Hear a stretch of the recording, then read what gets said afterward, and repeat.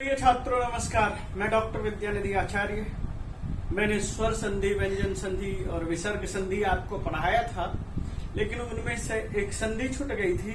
उस संधि को मैं यहाँ कवर कर रहा हूँ और उसी संधि को ध्यान में रखते हुए कुछ और चीजों को भी आपके सामने थोड़ा थोड़ा जोड़ूंगा, जिससे कि आप अच्छी तरह से समझ सकें। तो मैं उसी चीज को बता रहा हूँ, जैसे कि मैंने जो स्टार्ट किया और स्टार्ट करने के बाद मैंने कुछ क्या संधि छोड़ा, आपको शायद पता नहीं चला होगा और मुझे बाद में पता चला। क्या पता चला वो मैं बता रहा हूं। सबसे पहले तो मैं आपके सामने चर्चा कर दूं महर्षि पाणिनि।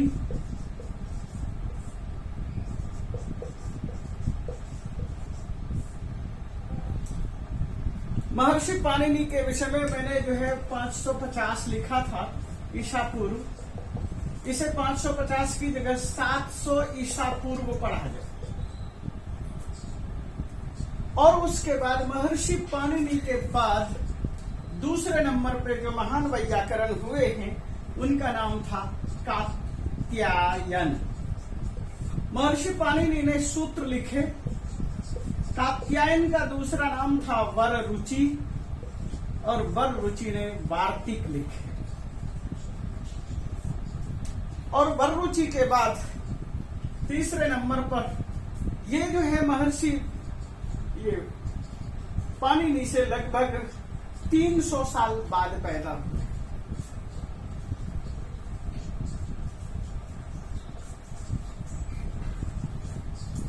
और उसके बाद पैदा हुए महर्षि पतंजलि।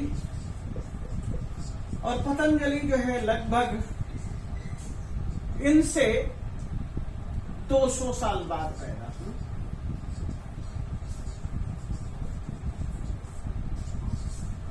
आप इसको ऐसा भी कह सकते हैं 185 ईसा पूर्व इनकी कार्य रचना सब कुछ बाद क्या कहते हैं समाज में आ चुका था। तो महर्षि पतंजलि की जो रचना है उसको कहते हैं महाभाष्य। व्याकरण महाभाष्य जिसे कहते हैं। तो महर्षि पाणिनि के सूत्र पर ही वार्तिक लिखे गए। वार्तिक और सूत्र की व्याख्या करते हुए महर्षि पतंजलि ने महाभाष्य की रचना की। और इसके बाद व्याकरण की श्रृंखला मैं नहीं मानता कि रुक गई, जैसे कि वामन पैदा हुए और जयादित्य हुए। इन्होंने काशिका की रचना की।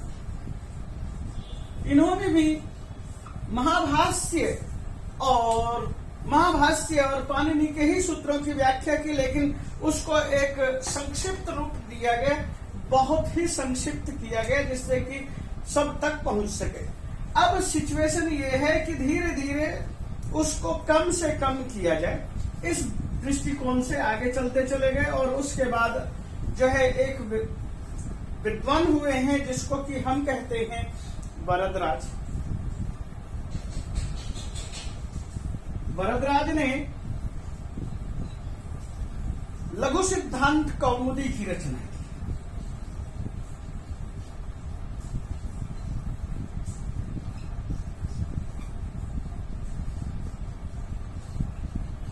और इसके साथ सिद्धांत कौमुदी कहो,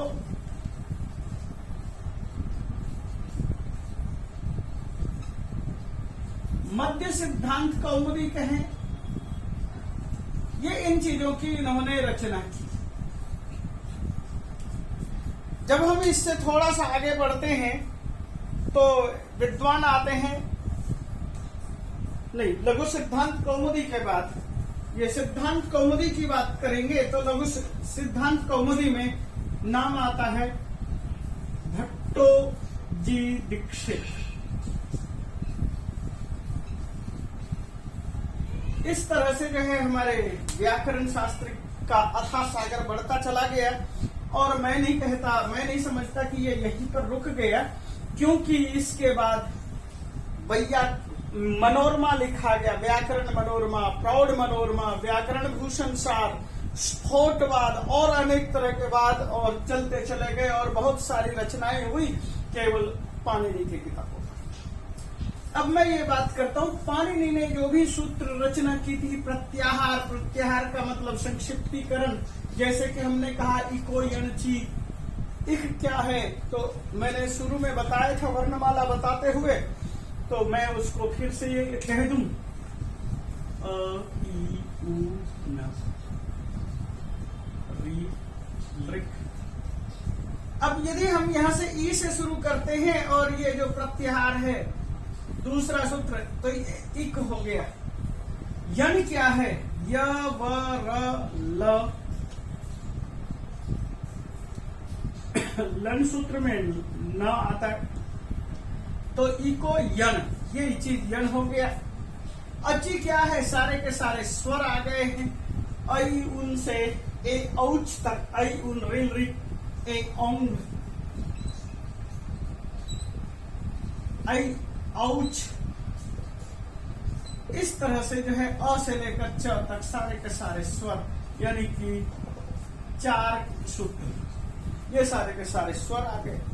तो यदि हम ये कहें कि अ से च तक अच, तो इस संक्षिप्त करना ही, प्रत्याहार करना ही महान उद्देश्य था प्रत्याहार सूत्र को लिखने के लिए। और उसके बाद पाणिनि जो है प्रारंभ करते हैं अष्टाध्यायी भाष्य, प्रथमा अध्याय, प्रथमा पाद, और वो शुरू करते हैं वृद्धि प्रादैच। आपकी वृद्धि की कामना के साथ चल रहे अदैंग गुण, आपके अंदर गुण का गुण हो। इको यण अची, ये देखिए इको यण अची जो है सूत्र था, यहां पर जो है मैं इसको ना कहकर मैं ये कहूं इको गुण वृद्धि, जो वृद्धि होती है और गुण होता है वो इक का ही होता है। तो ये चीज जो है प्रत्याहार के माध्यम से पाणिनि बता रहे हैं। तो इन्हीं चीजों को मैं सामने रख रहा था। अच्छा, जब मैंने आपके सामने गुण की चर्चा की, तो मैंने गुण सूत्र, जैसे यहाँ पर लिखा था अदैंग गुण, ये गुण सूत्र है, और मैंने आद गुण आपके पास नहीं लिखा था, वह छूट गया था। खैर कोई बात नहीं, हम थोड़ा सा आगे बढ़ाते हैं। और आगे बढ़ते हुए यदि हम वृद्धि रेची का कुछ उदाहरण और दे दें, यानी वृद्धि संज्ञा का, तो वो कुछ कल या उस दिन कुछ कम था, तो मैं उस चीज को और थोड़ा सा बढ़ाऊं। जैसे वन प्लस औषधि, मम तब, मम औषधि, तब औषधि, इस तरह की संधियों को भी हम उसमें शामिल कर सकते हैं। इसके अतिरिक्त प्रार, प्र प्लस प्रार्छत, प्र प्लस ऋक्षत या अर्छत कहें तो ये प्रार्छत हो जाएगा।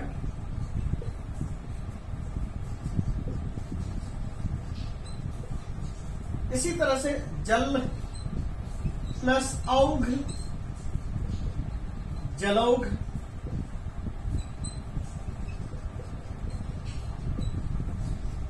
मैं कुछ संधियां आपके सामने रख रहा हूं, जो कि मैंने बहुत सारी संधियों को छोड़ दिया था। महा जोड़ ओजस्वी, महौजस्वी, न प्लस एवं, नैवं, म प्लस एवं,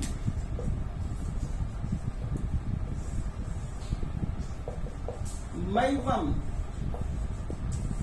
जैसे च प्लस एक मैंने चैक कहा था, ठीक उसी तरह से, इसी तरह से और है तथैव, तत्रैव, अत्रैव। जैसे तथैव था ऐसे ही तथा प्लस एव, उसी तरह से तत्र प्लस एव, तत्रैव।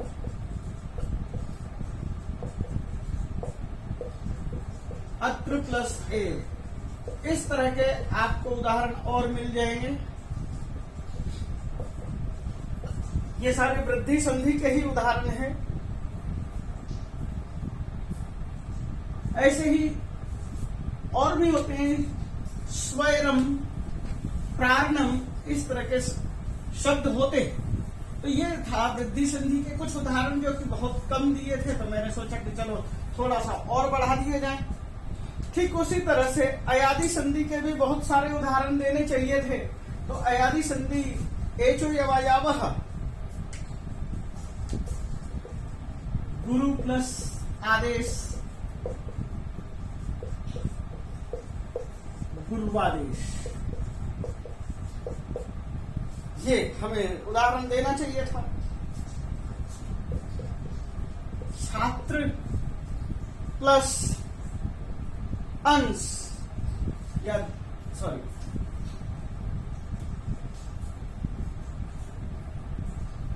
धात्री प्लस अंश, धात्रांश, ये तो नहीं होना चाहिए। ये तो वृद्धि संधि, ये वृद्धि संधि के ही उदाहरण हैं। लेकिन हाँ, हम ये देख सकते हैं, कवि, हरि, मुनि और ए, चतुर्थी विभक्ति, कवये, हरये, मुनये, साधु प्लस ए,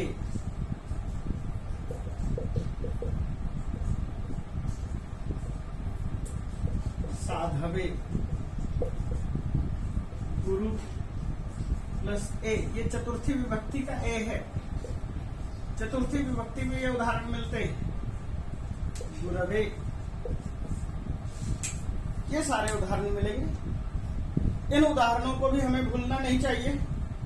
इसी तरह से ऐसे और कुछ उदाहरण होते हैं। भव प्लस अक, उक,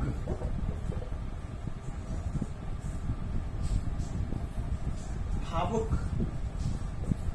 बार बार हम श्लोक पढ़ाते हैं। अनु प्लस अय, अन्वय। ये सारे उदाहरण भी हमें अयादि संधि के ही मिल जाते हैं। और गायक, चायक, सायिका, सायिका, पावक, इस तरह के बहुत सारे उदाहरण होते हैं।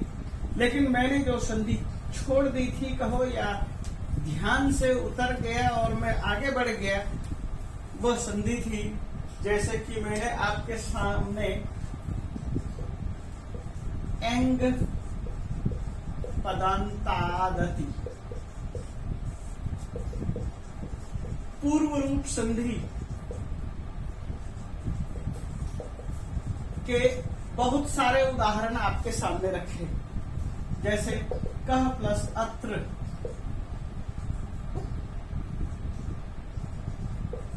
के प्लस अस्मिन, इस तरह के जो भी उदाहरण थे।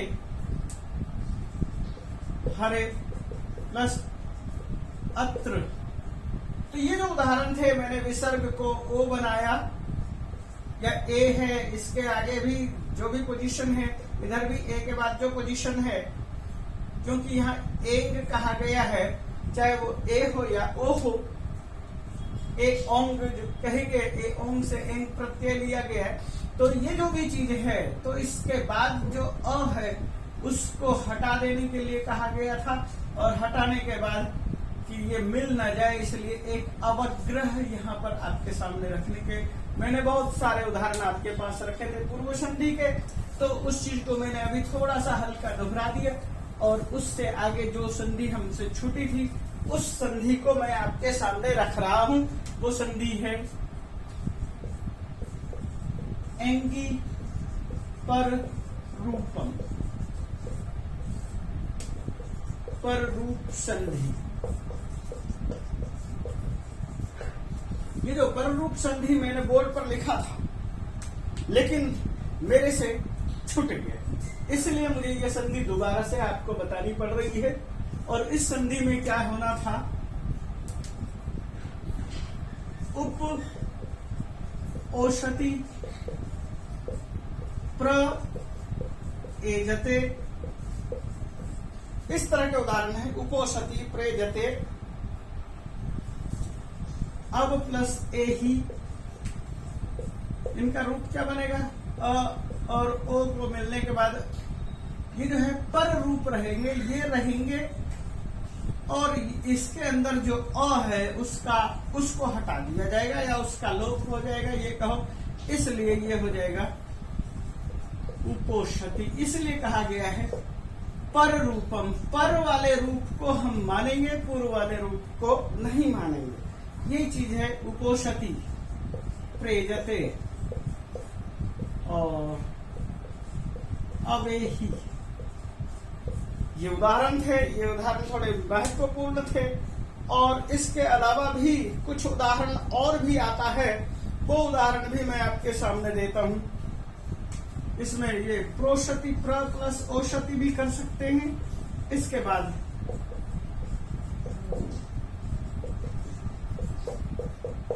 ये उदाहरण है। इन उदाहरणों के अलावा कुछ उदाहरण और हैं जिसको कि हम ये कहते हैं स्कंद्वादिषु पर रूपम वाच्यम। स्कंद्वादिषु पर रूपम वाच्यम। अभी मैंने कुछ देर पहले कात्यायन का नाम लिया और कात्यायन की ये रचना है, कात्यायन के सूत्र है। क्योंकि मैंने जब ये सूत्र याद आया तो मुझे याद आया कि मैंने किसी को छोड़ा है। इसके उदाहरण इसलिए मैं दे रहा हूं। देखिए, कहने के लिए ये वृद्धि हो सकती थी, शक जोड़ अंधु, कर्क जोड़ अंधु, लेकिन रहेगा शकंधु।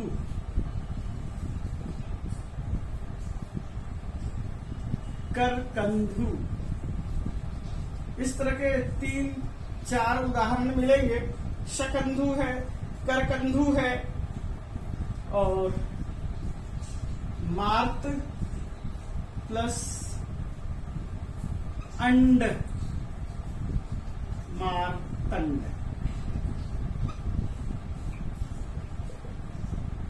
चौथा है मनस प्लस ईशा, मनीषा। इसके अलावा एक और उदाहरण में देता हूं, पतत जोड़ अंजलि, पतंजलि।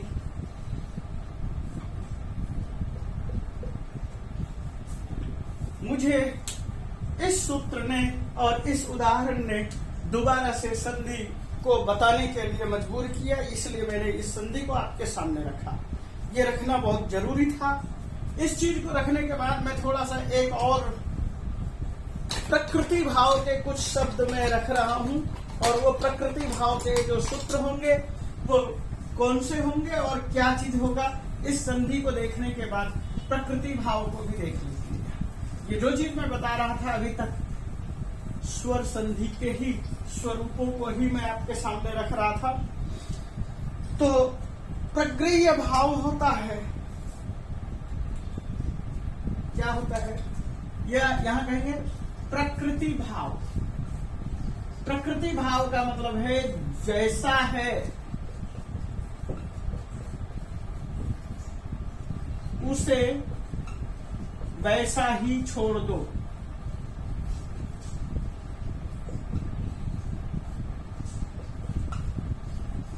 या तो इसको, इस शब्द को याद रख लो, या इसको इतने से हिस्से को याद रख लो। तो जैसा है उसको वैसा ही छोड़ दो। तो इसमें हम क्या कहेंगे, तो यहां शब्द आते हैं प्लुत, प्रगृह्य, अचिनित्यम, अच होने पर प्लुत हो, और प्लुत और प्रक्रिय होता है, प्रक्रिय संज्ञा होती है, और प्रक्रिय संज्ञा के बाद इदुदेत द्विवचनम, इदुदेत द्विवचनम प्रगृह्यम। मैं यहाँ पर कुछ उदाहरण दे रहा हूं। हमें इत और उत के उदाहरण देखने हैं, आपके सामने रखने हैं। इत और उत के उदाहरण देखिए, वो किस तरह के उदाहरण हैं। जैसे द्विवचन, मैंने ये लिखा है यहाँ स्पष्ट द्विवचनम, तो द्विवचन का उदाहरण लेंगे। जैसे मुनि, मुनि, मुनय, ये द्विवचन है। हरि, हरि, हरय, ये द्विवचन का उदाहरण है। मुनि, हरि, रमा, रमे, रमा। ये जो उदाहरण है आपको द्विवचन से लेना है। अब द्विवचन के मैं उदाहरण देता हूं। मुनि प्लस अत्र, ये जो मैं अत्र उदाहरण दे रहा हूं, इसको समझिए। यहां पर यही कहना है कि इससे बाद में स्वर होना चाहिए। मुनि प्लस कोई भी स्वर हो सकता है, तो स्वर को याद रखने के लिए आप अ याद रखिए, अत्र। तो जब ये पोजीशन है हरि प्लस एषः, हरि प्लस एते, ये पोजीशन है। या विष्णु आस्ते, आसेते, आसन्ते, ये पोजीशन है। तो यहाँ पर जो यण संधि जैसा पोजीशन हमें दिखाई दे रहा था, यण संधि के विपरीत ये प्रगृह्य भाव होगा। ये ऐसे का ऐसा रहेगा। जब ये ऐसा रहेगा तो प्रकृति भाव का मतलब क्या रहा?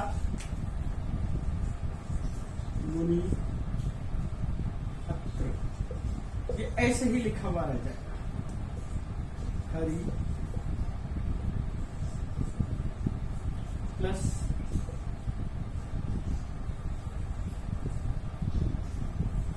इमो लिखते हैं। इमो, विष्णु, साधु,